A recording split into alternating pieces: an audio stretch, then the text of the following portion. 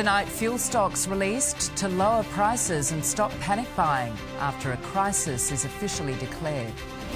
A warning shot as Iran's new Ayatollah vows to fight in his first statement as supreme leader. The aged care giant charging residents $10,000 a year for hot meals and free-to-air TV.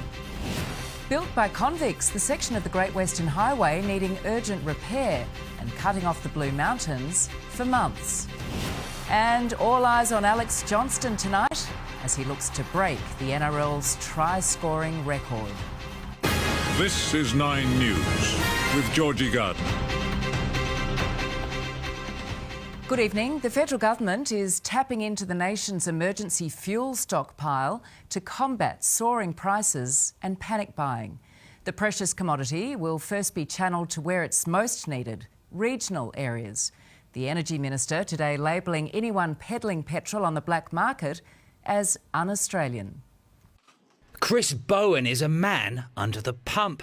The Energy Minister says there's no reason for panic buying, but admits there's a crisis. Which is it? There's a war. I think war ticks the boxes of a crisis. Until yesterday, it was all tickety-boo, no problems. By yesterday, it was a national crisis. I mean, the bloke's, he's hopeless. Chris Bowen's latest move to release 20% of the nation's fuel stockpile. That's 760 million litres, or about 5.5 days of fuel consumption. This will enable the fuel companies to more flexibly manage their supply chain. Why can't Chris Bowen say to people in regional and rural Australia when the fuel will arrive? The competition watchdog today demanding a please explain from suppliers on widely varying petrol prices across major cities. Supplies are filtering through to some country towns and proposals for petrol rationing is being rejected for now, but the minister has warned against hoarding. There are other people filling up jerry cans, Bunnings running out of jerry cans, selling fuel at inflated prices. That is un-Australian. For such an energy-rich nation like Australia, it seems remarkable we're so reliant on imports. But it's not the only disparity when it comes to our resources. The latest carve-up of the GST showing the mounting cost of a political sweetheart deal with WA, Australia's richest energy state. The no worse off clause allowing WA to pocket more than $9 billion of the $103 billion pool.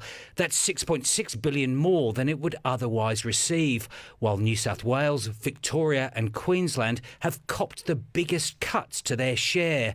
All up, WA's collected $33 billion from the other states since 2018. The pie is growing larger and yet Queensland's share of it is getting smaller. When you see differences between the states, it's just harder and harder for me to justify what they're doing. Andrew Probyn, 9 News. A statement from Iran's new supreme leader has done little to allay speculation over his condition after he was reportedly injured in strikes. The new Ayatollah declaring the country will not back down, vowing to keep a tight grip on the Strait of Hormuz.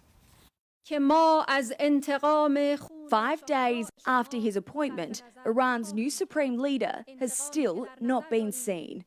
Today, only a statement from Mujtaba Khamenei fueling speculation on his health after reports he's injured. In a lengthy speech delivered by a newsreader on state TV, the Ayatollah vowed to continue blocking the Strait of Hormuz and avenge the blood of Iranians killed in the war. The Israeli Prime Minister in person. Mujtaba Khamenei cannot show his face in public, he says. What will become of his fate? If I were an insurance agent, I wouldn't issue life policies. Benjamin Netanyahu urging Iranians to seize freedom. In the end, it depends on you. It is in your hands. Street after street in Tehran torn apart. Where are we supposed to go? This woman says. We have nowhere. Now, up to 3.2 million Iranians are displaced in the country. In Lebanon too, the homeless in the hundreds of thousands. My heart is dead, this man says. I'm not like before. But the battle is only ramping up, the IDF releasing this footage of its ground invasion into southern Lebanon. An American refuelling aircraft crashing too, with at least 5 on board. A search for survivors underway. The US says it was not taken down by enemy fire, but the Islamic resistance in Iraq has claimed responsibility. After joint attacks from Hezbollah and Iran on central Israel, this is just some of the destruction. You can see from the extent of the damage how lucky it is that no one was injured or killed in this direct rocket hit from Hezbollah. An 86-year-old woman lives here and that is her bedroom. She had told her carer she was sick of going to the shelter, but her carer forced her, and it was that decision that saved her life. We didn't even have enough time to get to the safe room, and I'm really happy my grandma slept in the safe room. For the entire region, more sleepless nights ahead. In Israel, Mimi Becker, 9 News. Iran has spent decades building underground bunkers to house its large and varied missile arsenal, but their retaliatory strikes have slowed considerably, and it appears their weapons strategy could be their biggest blunder. Alison Petrowski explains. Welcome to Missile City, Iran's vast underground network of bunkers used to house and shield their arsenal from destruction. The bunkers took decades to build, but their construction appears to be a fatal mistake for the regime. US and Israeli warplanes and armed drones have been surveilling the entrances to these bases, striking missile launchers when they emerge to fire. And waves of bombers have dropped munitions on the site's entrances, in many cases trapping the arsenal below ground, entombing them, making them inaccessible. And this tactic appears to be working. These satellite images show the Tabriz missile site in Iran's northwest, where the entrance tunnels appear to have collapsed after being struck repeatedly. And the US Central Command says there has been a dramatic reduction in return fire from Iran since the initial days of war. Hot meals off the menu and TVs taken out of bedrooms. Aged care giant Opal Healthcare is tonight being accused of a 2-tier system for vulnerable residents. The federal minister has expressed disgust and ordered the industry watchdog to investigate. Opal Healthcare casts itself as the provider of premium care. Wonderful, having them omelettes ready every night and every day. But residents like Anne now face paying premium prices for those eggs and a hot brekkie. You make me feel as though the trouble's nothing. I can't put a value high enough on it. But Opal will, charging $28 a day under a new 2-tiered standard of care. Look, we think it's disgusting.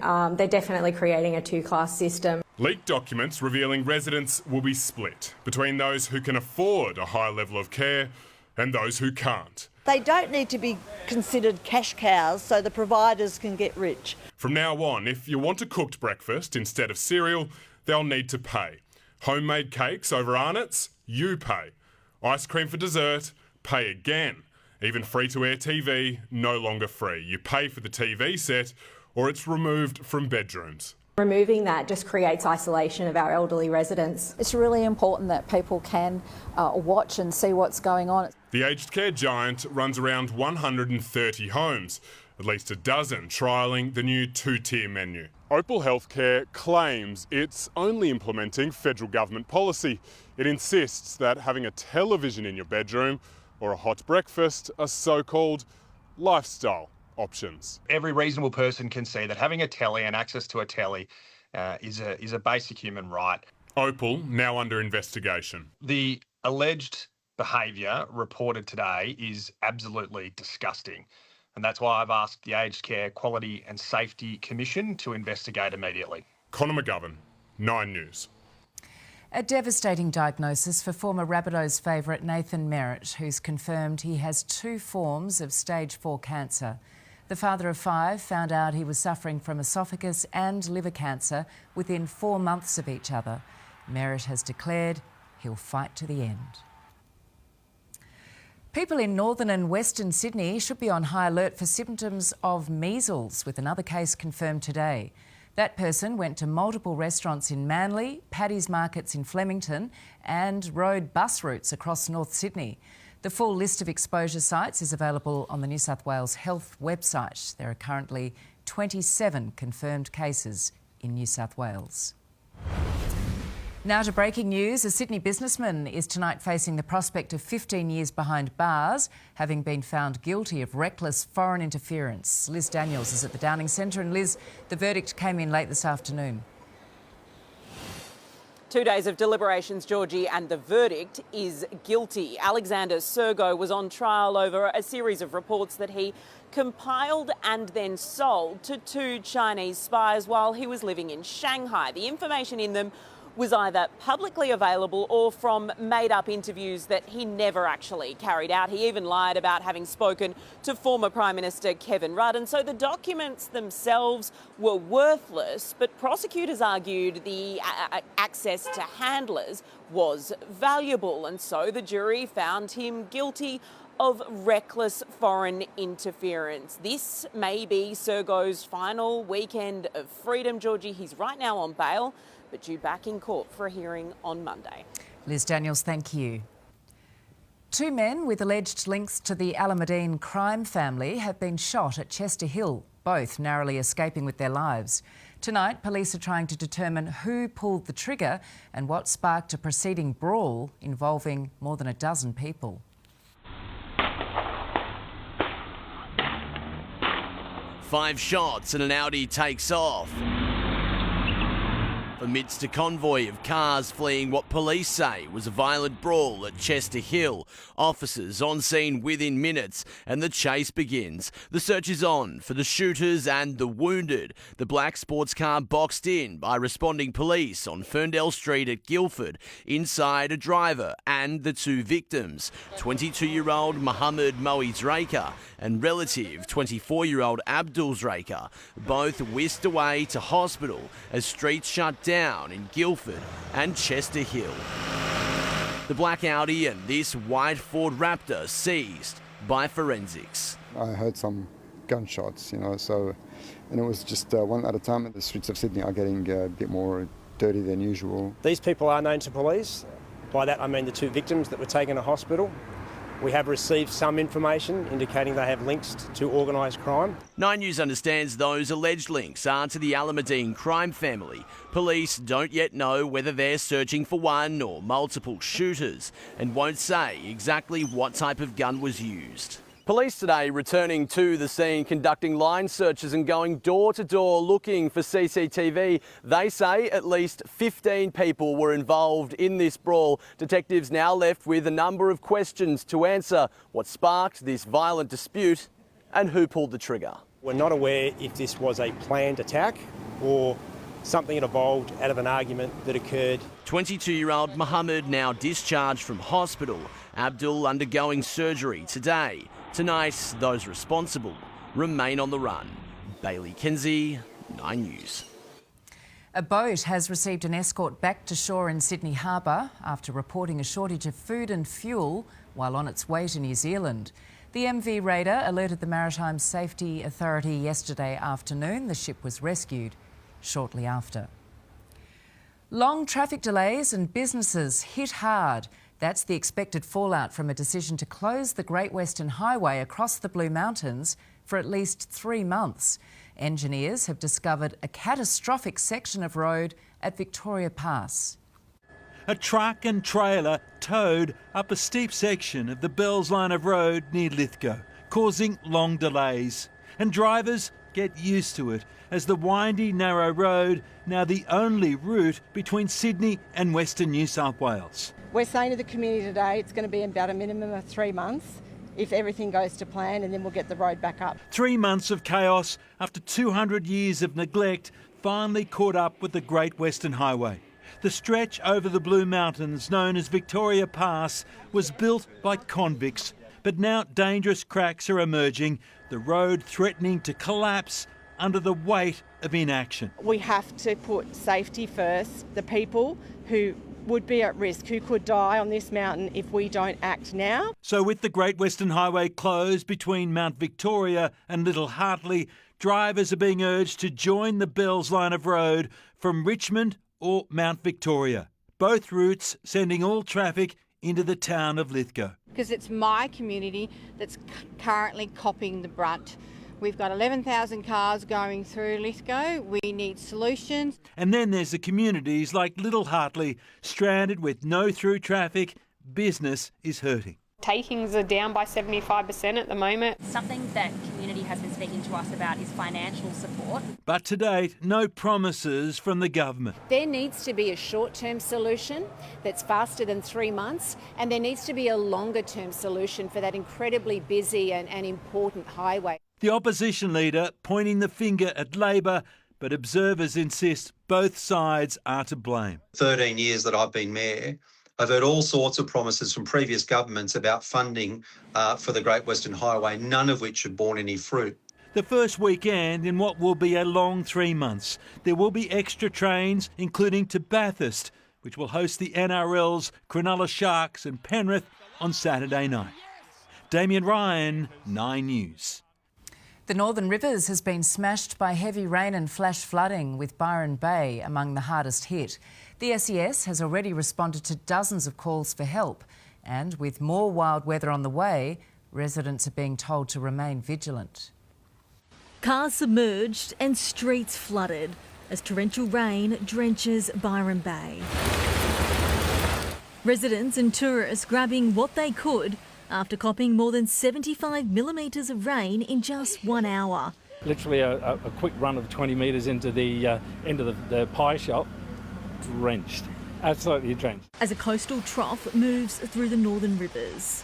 The SES has so far responded to more than 30 jobs, including 4 flood rescues, one at a Bangalore car park. The water rose extremely fast, causing significant fast-flowing water through that street. Residents in Byron, Bangalore, Mullumbimby and Suffolk Park are denied being warned to monitor conditions for residual flash flooding.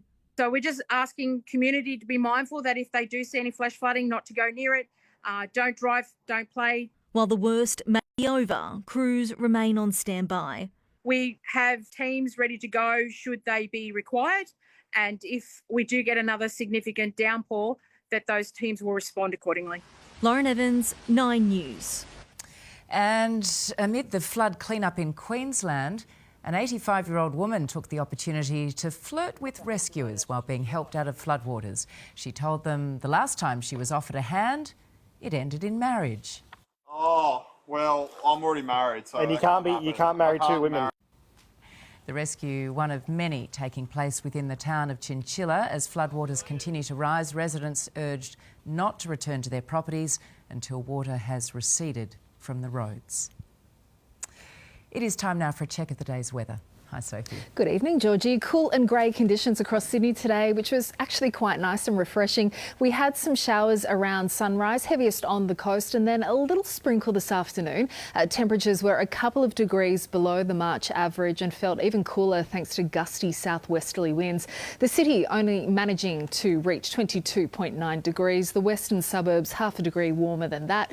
Further north, as we've just seen, some huge falls across our northern rivers. Ballina picking up 88 millimetres since 9 a.m. While for us, sunshine will return over the weekend, but not until Sunday. I'll have those details in the forecast, Georgie. We'll see you then. Thank you, Soph. Still to come tonight, 1 year out from the state election, 2 leaders state their case with One Nation looming. A multi-million-dollar settlement over cancelled flights. Are you in line for a Qantas refund? Also, city versus country, how where you live could help guard against dementia. And our troops take on the world's best for the title of Top Gun in high-speed drones.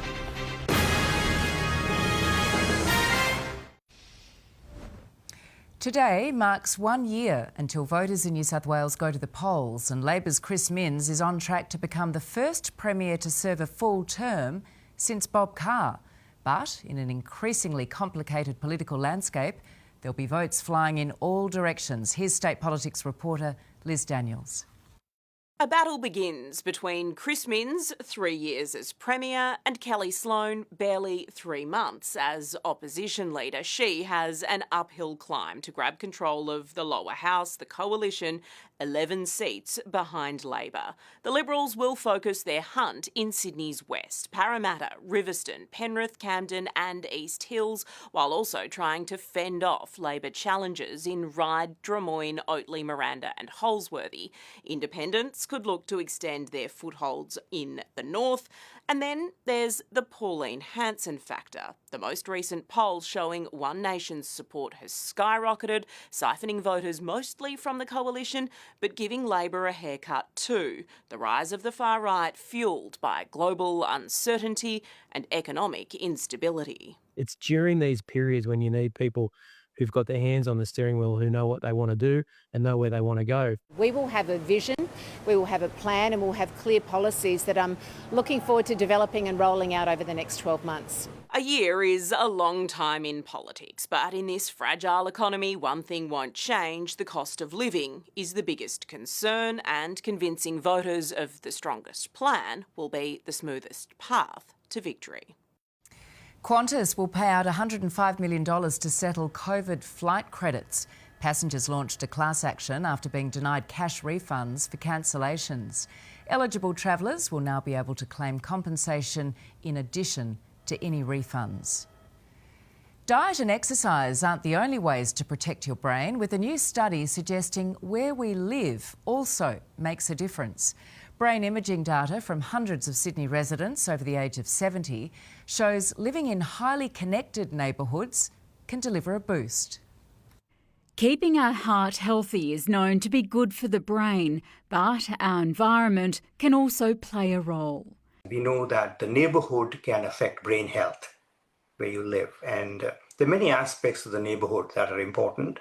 To understand how postcodes can affect brain health, researchers looked at the neighbourhoods of 500 residents over the age of 70 in Sydney's east.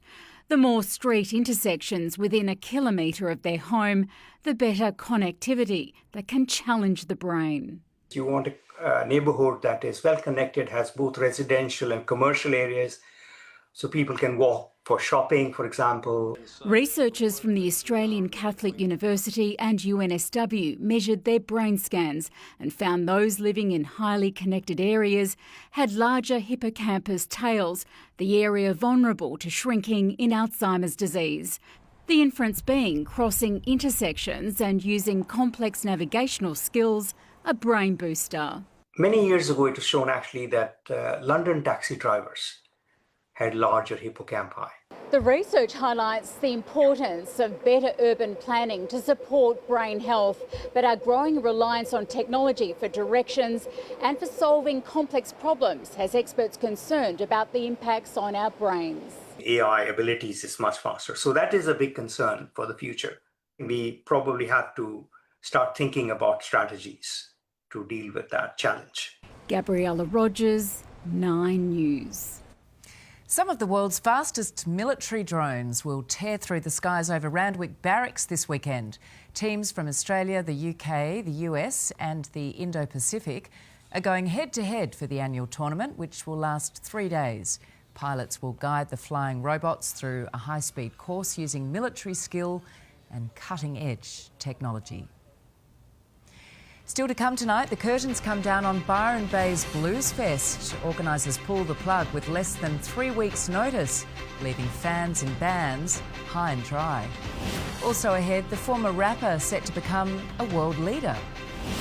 A father-daughter date, dictator style. And from pulling pints to brewing beer, the future queen spends the day stirring the pot.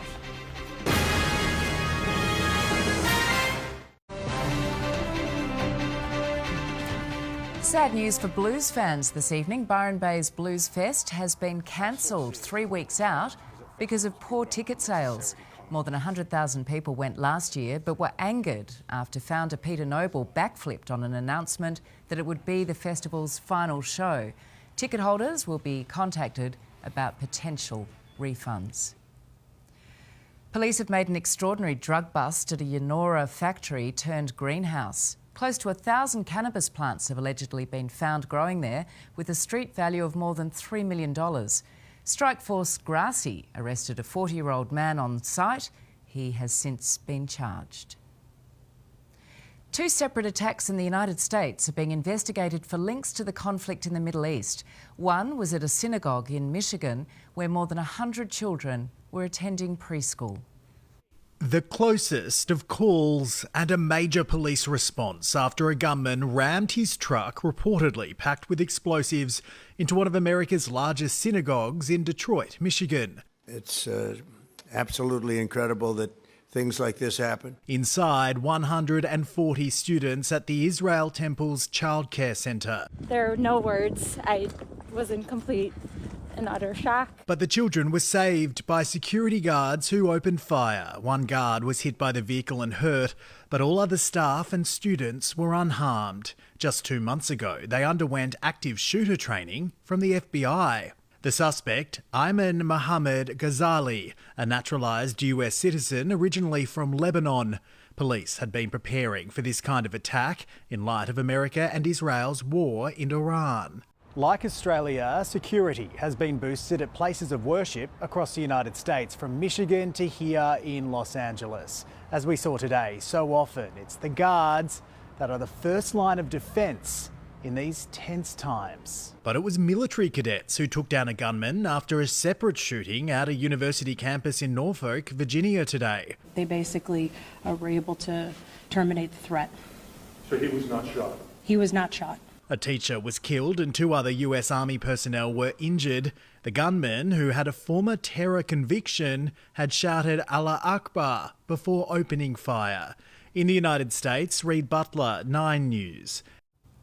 When it comes to career changes, it doesn't get much bigger than this. Former rapper Balendra Shah is poised to be Nepal's Prime Minister after his party secured a landslide win.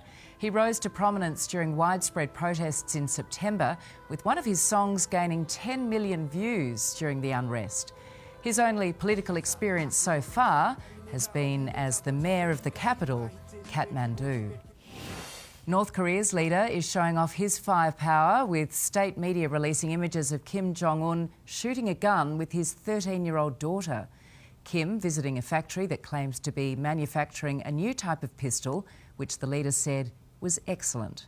The images have only added to speculation that Kim Joo-ae is being groomed for future leadership.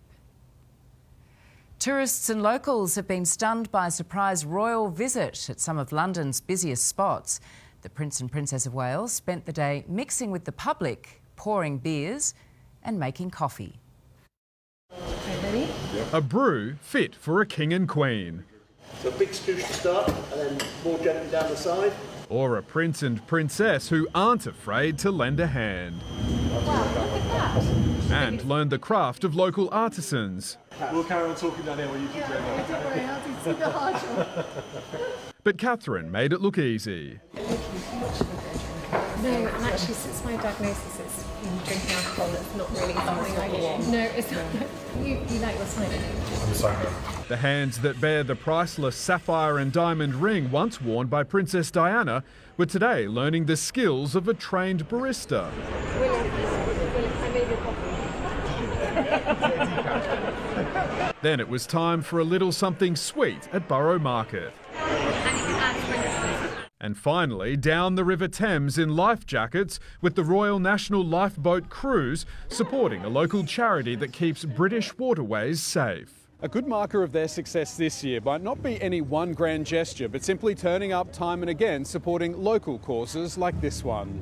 There was one protester in the crowd. William, have you been covering for Andrew? Others were chuffed. I love Carting Wheels. I think they're doing a fantastic job and they're going to be a great king and queen. We see a lot of news about the Epstein files, obviously, and about Andrew. But I think, I think they've done their best. We all love the royal family here. In London, Josh Bavis, 9 News. Ahead in 9 News, the Australian man who deleted a life-changing email, sending a $50 million message to his junk mail, thinking it was spam. Plus, affordable and for all ages, the popular new sport coming to Sydney's West. And Zach joins us from Allianz Stadium, where, Zach, all eyes will tonight be on South's Alex Johnston. They will, Georgie. Will he score the 2 tries he needs to break the record? And will the crowd storm the field if he does? It's not long until those questions will be answered. What the Dragons need to learn quickly if they're to bounce back from their round 1 loss to the Dogs in Vegas. And a big signing boost for the Tigers as they prepare to kick off their season at Leichhardt. And some summer-like days heading our way, but showers will return next week. I'll have those details soon. Alex Johnston's quest to break Ken Irvine's all-time try-scoring record has dominated the build-up to tonight's instalment of League's oldest rivalry between the Roosters and Rabbitohs. Andrew Johns joins us to preview this match. It is a huge contest. AJ, all the focus on him. How do the Rabbitohs not get consumed by trying to shift him the ball? Well, that left side gets a lot of ball, I suppose, playing outside Latrell. They'll just stick to their game plan, but when they get quality ball, they'll go to that side with Cody Walker and Latrell. And Dave Fafita, and I dare say, I think he'll break the record in the second half. And imagine doing it against the Roosters in a full house. It'd be a great feeling for AJ. No bigger stage. What about the Roosters halves? Daly Cherry Evans, underwhelming in his debut. What do you want to see from him and Sam Walker tonight? Well, the way they combine, really. We know how Sam Walker plays. He just sees something and goes for it. Where DCE, he's got to keep, the game plan going. But the big one for Daly's defensively. He's going to get a lot of traffic tonight with the likes of Latrell and David Fafita. So he's got to hold his hands up defensively. Angus Crichton plays game 200 in the NRL before he goes to rugby next year. What do you expect to see from the Blues back rower? Oh, he'll have a big game. He'll want to make a statement. All the talk has been around David Fafita, but Angus is an origin player, plays for Australia. At his best, he's very damaging. So, yeah, huge. Playing 200 games. Played a little bit for South Sydney, most of them for the Roosters. So he'll want to have a big game before he goes over to rugby union. Rabbitohs to win? Rabbitohs, yeah, I really like the Rabbitohs. Thanks, Joey. Cheers, mate. Enjoy the contest. Jason Riles appears to be a hard man to please. The Eels coach not satisfied with the starring performance of Brisbane-bound playmaker Jonah Pezzett, despite the 5'8" setting up 3 tries and scoring the match winner in a 40-32 upset win over the Broncos. He's a work in progress, and we knew that he was when he came to the club. And whilst that's really pleasing for him, he's also got some areas of his game that we want to keep working hard on. The reigning premiers are 0-2 to start their title defence. Making matters worse for Brisbane, skipper Adam Reynolds is in doubt for next week's showdown with the Storm, leaving the field with a rib injury. An off-season challenge from Craig Fitzgibbon could be the reason behind the career-best showing from Shark star Braden Trindle in round 1, but the coach has warned Cronulla fans the 5'8" can't be that good every week. Team training, he was in around the gym doing extra work, and I think he got a lot of confidence out of that. Some Sharks fans believe it's all down to a new haircut. Do you think he was inspired by you and that's why he played so well? I gave up that fight a long time ago now, so I think he got to a point he might have been realising he was losing the battles. An outlier performance, they don't happen every week like that, but still want to set him up to make sure he's in a good clear mind for this week. The Sharks face the Panthers in Bathurst tomorrow. Penrith still stinging from their trip west last year, a 25-6 loss to Newcastle. It wasn't one of our best last year. It was sort of like a turning point in our season, a bit of a line in the sand moment, so we're definitely looking to put on a much better performance. The Dragons lost 10 games by 10 points or less in 2025, and after a 1-point defeat to the Dogs in Vegas, don't want to fall into old habits. We've got to learn quickly. We can't, last year we had a lot of these, close losses, and, we didn't take it into the next week, or when it happened again, we didn't learn or show that we learned a lot from it. Not much makes Hamoli Olakau'atu nervous, but that's just how the Manly enforcer felt before last week's comeback from a shoulder reconstruction. I was a bit on the fence still with contact-wise coming into round 1, but, now that's round 1 is past and full confident now going into round 2. Luke Dovesey, 9 News. Adam Doueihi will be a Tiger until at least the end of 2029 after signing a 2-year extension with the club. The playmaker speaking to 9 News about his hunger to help end the team's 15-year finals drought before putting pen to paper. For us as a club, it's obvious if we don't make finals, it's not a successful year for us. So I know me and the team are going to do everything we can from round 1 to bank as many wins as possible and put us in the picture to play finals and make it happen. Doueihi starts 2026 as the club's first choice halfback. The Tigers begin their campaign against the Cowboys tomorrow. The Waratahs opened the Super Rugby season with a big win over the Reds and are hoping to get their campaign back on track when they take on their arch rivals again this weekend. But captain Matt Phillips says that victory counts for nothing tomorrow night. Yeah, we're sitting here 4 or 5 weeks later. I'm not going to take anything from round one. They've also got players back as well. They're a bit of a different team. We've got a different lineup. The Tars are just 1 point ahead of the Reds on the ladder. Justin McInerney's Swans teammates have ensured the midfielder won't get ahead of himself, bringing him back down to earth after a career-best game against Carlton in opening round. They just sort of let me know that it's a team game and that there's plenty more work to do. It's only one game, so there's another 20-odd to go. The Swans host two-time defending premiers Brisbane at the SCG tomorrow. Hannah Green looks poised to make a weekend charge at the Women's Australian Open, sitting in a tie for second at 5 under after 2 rounds. The 29-year-old rocketing up the leaderboard with a second round 69, shooting 4 under on the back 9 alone. Fellow major champion Min Ji Lee isn't far back. She's at 1 under. And 2016 champion Jason Day is the best of the Aussies after the first round of the Players' Championship, sitting 3 shots behind the leaders at 2 under par. Fellow Australian and 2004 champion Adam Scott had one of the shots of the day at the famous Island Green 17th, making one of just 11 birdies there today. All eyes on the Rabbitohs, Roosters, and in particular Alex Johnston here tonight at Allianz Stadium. Georgie, coverage on 9 from 7:30. Well done, Zach. Thank you. In the news ahead, the Melbourne man who deleted a $50 million jackpot email thinking it was spam. Also, Married at First Sight's Mel Schilling reveals a heartbreaking health update. One of the fastest growing sports in the world taking over Blacktown. And not even the world's fastest land animal can outrun a visit to the dentist.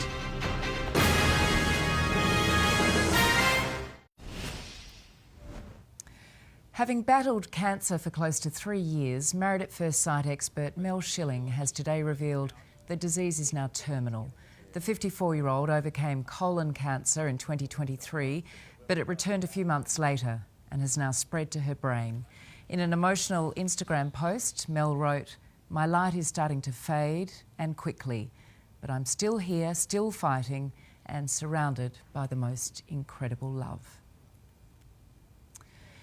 Banks have been scrambling to raise mortgage rates ahead of Tuesday's Reserve Bank meeting, and for borrowers, that means a crucial window might be closing. Chris Kohler has our finance report. Economists and the market are now mostly tipping another rate rise next week from the RBA. So naturally, borrowers are wondering if they should fix their home loan rate or get ahead of it. The problem is, banks are quick on this stuff. The gap between the average 2-year fixed rate and the average variable rate has already widened because 26 banks have hiked their fixed rates in just the last fortnight. It's still happening. ANZ, in fact, did it today. As it stands, CanStar research shows these are the lowest 2-year fixed rates. Not a big bank in sight. Elsewhere, it's been a wild week on the share market, but in the end, it finished pretty much even. Banks were higher today and BHP fell once again. Finally, the Australian dollar remains strong as we head into the weekend, but it was slightly lower this afternoon. Thank you, Chris. Taking a look at the price of unleaded petrol across Sydney tonight, the average is $2.20 a litre, but you can find it cheaper at Pennant Hills Road at Carlingford. Petrol also cheaper on Liverpool Road at Strathfield.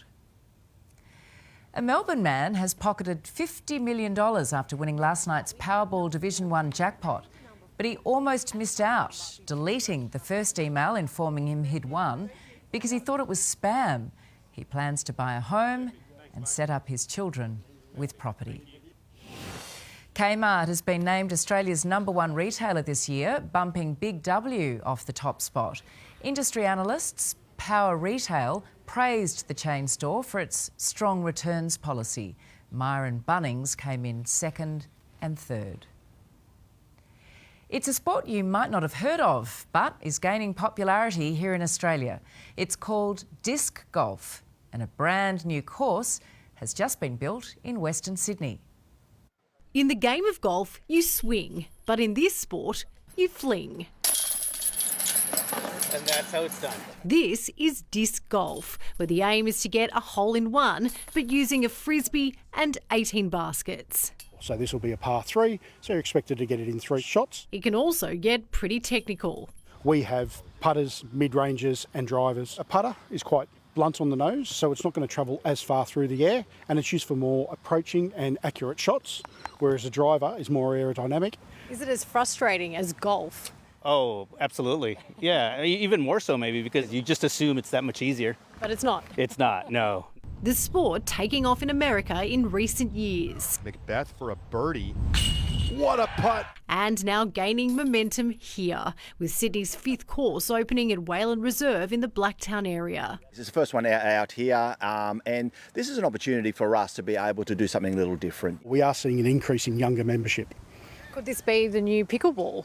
I think so. We're in talks with quite a few other councils, so we're hopeful we're going to get a few more courses in over the next year or two. For those wanting to give the course a spin, it is free and apparently harder than it looks. But after a few frisbee flops, success. Elizabeth Bryan, 9 News. There we go. Well, a visit to the dentist can be nerve-wracking for some, but no such trouble for 11-year-old cheetah Sansa at Werribee Open Range Zoo in Victoria. She's recovering well from a root canal after breaking 2 of her front teeth, including one of her sharp canines. What do I love about working with cheetahs? That they're really fast in the wild and they're really slow when they're anaesthetised. Dr Clark removed the damaged nerve, saving the teeth so Sansa can return to eating comfortably. Coming up, Sophie with the weekend weather. Thank you, Georgie. Despite those heavy falls up north, there's only one minor flood warning current for the Peru River in the far northwest. Back in Sydney, it is 20 degrees from the coast to the west. I've got your weekend forecast next. Hello again. It was a drizzly old day across Sydney. The sun was in hiding until mid-afternoon when some glimpses of blue sky returned to our beautiful city. Conditions were cool even by autumn standards. Terry Hills and Cronulla only managing to reach 21 degrees. The city and Parramatta climbed to 23 degrees. Slightly warmer at Blacktown, Liverpool and Campbelltown. Overnight temps staying in the teens.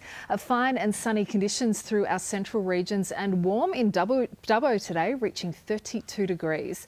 Those heavy falls across our northern rivers have now eased, that system now heading over the border to Queensland. While in the tropics, a monsoon is continuing to drive showers and storms across the top of the country. Onshore winds will trigger more showers over northeastern New South Wales as well as southeast Queensland. Showers and the odd storm also expected in WA's east and South Australia's west. Checking the capitals for your Saturday, partly cloudy conditions in Brisbane tomorrow and 27 degrees. Beautiful clear skies over Canberra, heading for a top of 25. Mostly fine in Melbourne, 24 degrees the expected high there. Sunshine over Adelaide, 29 degrees. A warm one on the way for Perth, heading for 30. A warm one also in Darwin, heading for a high of 29 degrees. Closer to home, isolated showers expected in the far northeast tomorrow. The chance of afternoon storms through our central western regions too. Dry and partly cloudy elsewhere. Newcastle heading for 25 degrees. Wollongong for a high of 23. In Sydney tomorrow, another grey old day. Warmer though, heading for a high of 25 degrees after a low of 18 tonight. Southwesterly winds easing off before daybreak, but it will make for a fresh start. The sun will be missing across the suburbs too. Campbelltown dipping to a chilly 13 degrees before a high of 25. Most places expecting to climb into the mid-20s.